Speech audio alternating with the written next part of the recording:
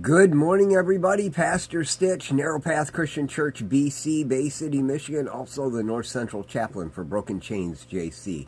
So this morning, it is January 16th, 2024. We're halfway through the month already. Isn't that crazy? And so, as always, we're going to take a chapter of Proverbs. We're going to look at a verse in it, and we're going to see what God has to say. Chapter 16 of the book of Proverbs. And we're going to look at verse 6 today. Wickedness is atoned for by loyalty and faithfulness, and one turns from evil by the fear of the Lord. The King James reads this way: By mercy and truth, iniquity is purged, and by fear of the Lord, men depart from evil. You know, in the recovery circles that I walk, I often interact with men more than women because the recovery circles that I walk in, I spend more time with the men than I do the women, but I hear it from women as well, where they're struggling. Something is going on in their life, and they can't figure out why they can't overcome it. It can be what in their minds is something super simple, like, why can't I just overcome my comfort eating? To people that are just stuck on the streets because they cannot stay away from the crack or the meth. The men who, for no lack of trying, are just stuck in their absolute mess of pornography and masturbation. The women who seek approval in any way necessary. I see it from every walk of life. And they wonder why I can't get free from it. As I was reading this morning in verse 6, wickedness is atoned for by loyalty and faithfulness, and one turns from evil by the fear of the Lord. And I realized something. We all, and I can say that because every single human being wants to believe that what we've experienced, we're still not all bad.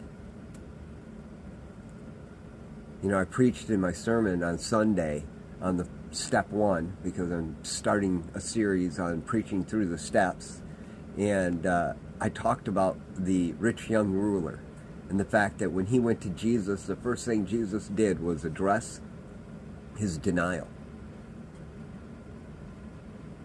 And the fact that he thought anyone but God could be good, including Jesus. Jesus flat out said, no one's good except God.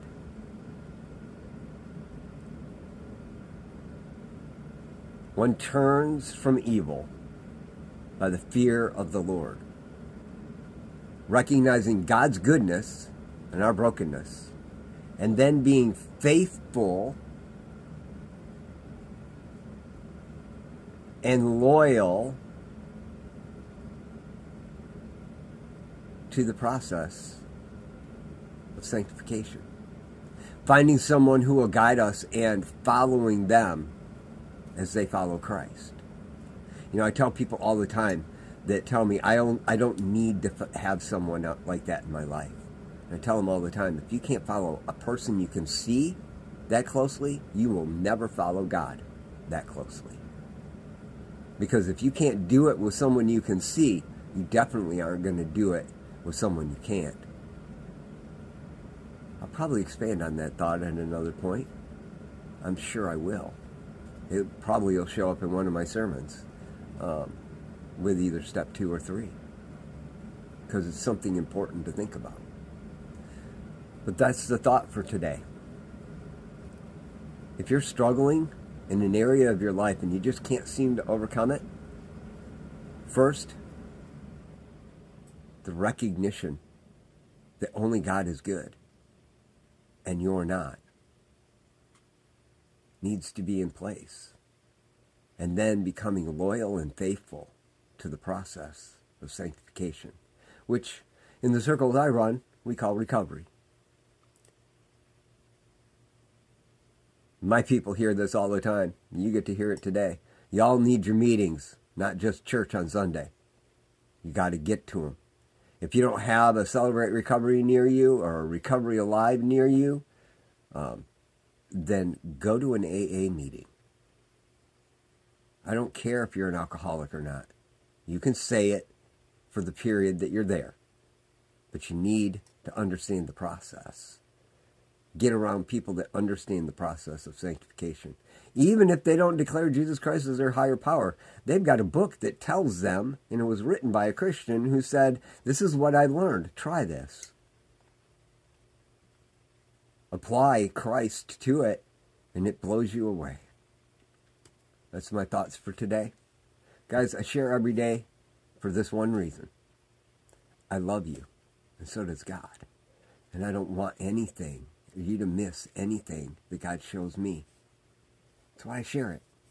I could hold on to it all and be fine. But there came a day where God said, I've given you enough that you can't hold on to it anymore. And so that's why I'm here today. I love y'all. Hope you have a great day. God bless.